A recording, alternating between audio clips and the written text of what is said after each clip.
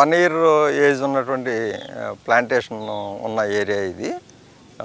ఇందులో ఇది organic farming కాబట్టి ఇక్కడ కలుపు పెద్ద సమస్య.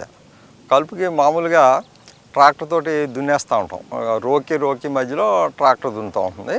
అలాగే ఇటు ఒక సాలు, ఇటు నిలువ ఒక సాలు, అడ్డం ఒక సాలు వెళ్తుంది.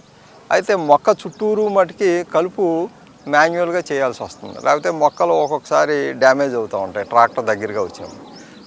అలాంటి చోట్ల వీడ్ మేనేజ్మెంట్ కోసం అని చెప్పి మనం ఇక్కడ చూడండి స్వీట్ పొటాటో వేసాం.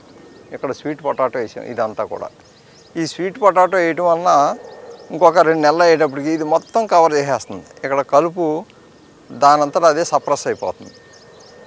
కాబట్టి ఇక్కడ మనకి పంట వస్తుంది, వీడ్ మేనేజ్మెంట్ కూడా ఈజీ అవుతుంది.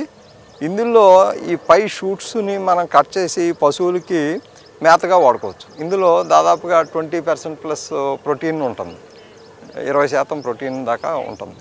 కాబట్టి ఇది క్యాటిల్కి కూడా మంచి ఫీడ్. కింద దుంప మనం క్రాప్ తీసుకోవచ్చు, వీడ్ ఖర్చు తగ్గింది. ఇట్లా అనమాట. ఇట్లాగా అన్ని పంటల్లోని మనం అన్ని రకాల పంటల్లోని ఎర్లీ స్టేజెస్లో ఇట్లాంటివి చేసుకుంటే మనకి కలుపు ఖర్చు తగ్గుతుంది.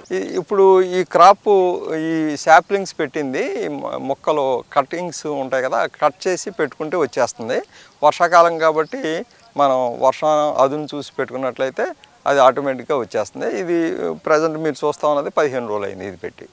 ఇంకొక 1-2 నెలల్లో ఇది చుట్టూరు కవర్ చేసేస్తుంది. మిర్చిలో జంట సాళ్ళు పద్ధతి స్టార్టింగ్ స్టేజ్ ఈ విధంగా ఉంటుంది. జిగ్జాగ్గా ఇట్లా ఉంటుంది, ఇట్లా జిగ్జాగ్గా ఉంటుంది. ఎటు చూసినా 2 feet డిస్టెన్స్ ఉంటుంది అనమాట. రేజ్డ్ బెడ్ మీద 2 feet డిస్టెన్స్ ఉండేలాగా పెట్టుకుంటాం. ఇలా పెట్టుకోవటం వలన ఏంటంటే మనకి కొంచెం హై డెన్సిటీ ఉంటుంది.